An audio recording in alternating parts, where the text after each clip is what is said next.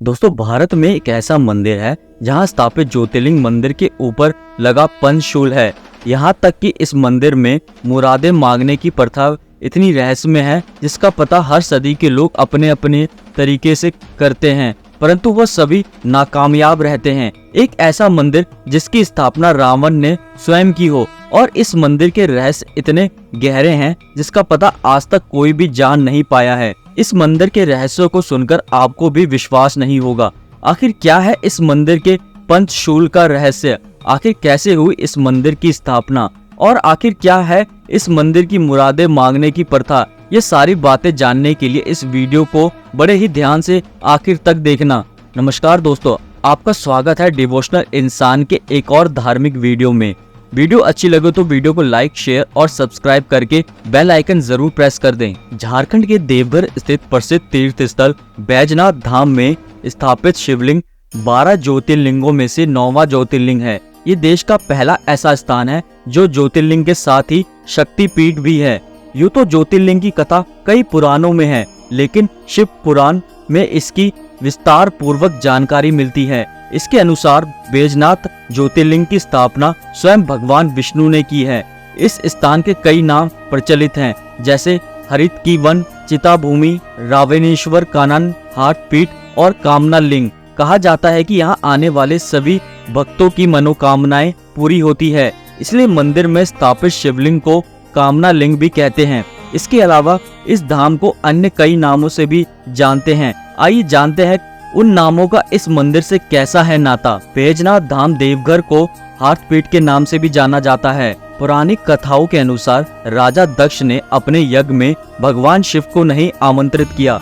यज्ञ के बारे में पता चला तो देवी सती ने भी जानने की बात कही। शिवजी ने कहा कि बिना निमंत्रण कहीं भी जाना उचित नहीं है, लेकिन सती जी ने कहा कि पिता के घर जाने के लिए किसी भी निमंत्रण की आवश्यकता नहीं। शिवजी ने उन्हें कई बार समझाया, लेकिन वह नहीं मानी और अपने पिता के घर चली गई। लेकिन जब वहां उन्होंने अपने पति भोलेनाथ का घोर अपमान देखा तो सहन नहीं कर पाई और यज्ञ कुंड में प्रवेश कर गई। सती की मृत्यु की सूचना पाकर भगवान शिव अत्यंत क्रोधित हुए और वो माता सती के शव को कंधे पर लेकर तांडव करने लगे। देवताओं की प्रार्थना पर आक्रोशित शिव को शांत करने के लिए श्री हरि विष्णु अपने सुदर्शन चक्र से सती के मृत शरीर को खंडित करने लगे। सती के अंग जिस जिस स्थान पर गिरे वह स्थान शक्तिपीठ कहलाए। मान्यता है कि इस स्थान पर देवी सती का हृदय गिरा था। यही वजह है कि इस स्थान को हाटपीठ के नाम से भी जाना जाता है। इस तरह यह देश का पहला ऐसा स्थान है जहां ज्योतिर्लिंग के साथ ही शक्तिपीठ भी है। इस वजह से इस स्थान की महिमा और भी बढ़ जाती है। बैजनाथ धाम में स्थापित शिवलिंग को कामना लिंग भी कहते हैं। प्राचीन कथाओं के अनुसार लंकापति रावण ने भगवान शिव को प्रसन्न करने के लिए कठिन तपस्या की। रावण की तपस्या से खुश होकर भगवान ने उससे वरदान मांगने को कहा, तो रावण ने कहा कि वह उन्हें अपने साथ लंका ले जाना चाहता है। यह सुनकर सभी देवता परेशान हो गए और ब्रह्मा जी के पास गए और कहा कि अगर शिवजी रावण के साथ लंका चले गए तो सृष्टि का कार्य कैसे होगा। इसके बाद ब्रह्मा जी ने भगवान शिव को सोच समझकर वरदान देने के लिए कहा। इस पर शिवजी ने रावण से कहा कि यदि तुम मुझे लंका ले जाना चाहते हो तो ले चलो, लेकिन मेरी एक शर्त रहेगी। भगवान शिव ने रावण से कहा कि जहाँ भी मुझे भूमि स्पर्श हो जाएगी मैं वहीं स्थापित हो जाऊंगा। इस बात पर रावण सहमत हो गया। भगवान ने एक शिवलिंग का रूप धारण कर लिया। इसके बाद रावण शिवलिंग को लेकर जा रहा था। इसी दौरान भगवान शिव ने रावण को लघु शंका की इच्छा जगा दी।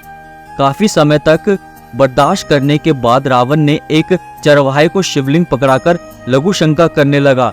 इसी समय भगवान ने अपना वजन बढ़ा दिया और इससे चरवाहे ने रावण को आवाज लगाकर कहा कि वह अब इस शिवलिंग को उठा नहीं पा रहा है। रावण लघु शंका करने में व्यस्त होने के कारण सुन नहीं पाया।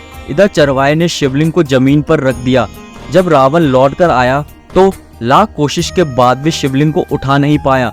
तब रावण को भगवान की लीला समझ में आई। वह अत्यंत क्रोधित हुआ। कथा के अनुसार उसके बाद ब्रह्मा, विष्णु और अन्य देवताओं ने आकर उस शिवलिंग की पूजा की और शिवजी के दर्शन होते ही शिवलिंग को उसी जगह पर स्थापित कर दिया।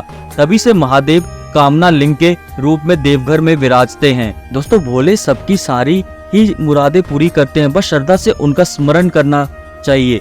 कामना लिंग की भी ऐसी ही मान्यता है। कहते हैं जिसकी विवाह में कोई तरह का दिक्कत हो और वह यहाँ आकर दर्शन करके शिव जी का जल अभिषेक कर देता है तो भोले की कृपा से वह 1 वर्ष के अंदर ही उसका विवाह संपन्न हो जाता है। वहीं संतान प्राप्ति के लिए भी श्रद्धालु कामना लिंग के दर्शनों के लिए आते हैं। बता दें कि संतान प्राप्ति के लिए भक्तजन अपने स्थान से दंडवत प्रणाम करते हुए कामना लिंग तक पहुंचते हैं। इसके बाद शिव जी का जल अभिषेक करते हैं और अपनी मनोकामना पूरी करने की प्रार्थना करते हैं। कहते हैं कि भोलेनाथ की कृपा से उनकी मनोवांछित कामनाओं की पूर्ति हो जाती है। यूँ तो सभी शिव मंदिरों के शीर्ष पर त्रिशूल लगा दिखता है, लेकिन बैजनाथ धाम परिसर के शिव, पार्वती, लक्ष्मी नारायण व अन्य सभी मंदिरों के शीर्ष पर पंचशूल लगे हैं। यहाँ प्रत्येक वर्ष महाशिवरात्रि से 2 दिनों पूर्व बाबा मंदिर, माँ पार्वती व लक्ष्मी नारायण के मंदिरों से पंचशूल उतारे जाते हैं।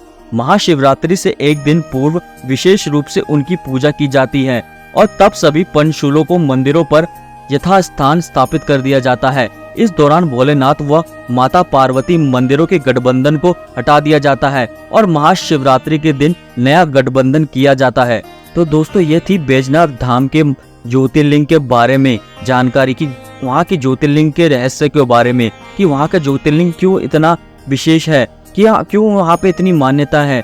तो सब हमने आज की इस वीडियो में आपको बताया है। क्या आपको इससे पहले कोई ऐसे फैक्ट के बारे में पता था इस ज्योतिर्लिंग में? हमें कमेंट करके जरूर बताएं। वीडियो अच्छी लगी वीडियो को लाइक कर दें और हमारे चैनल को सब्सक्राइब करके बेल आइकन भी प्रेस कर दें।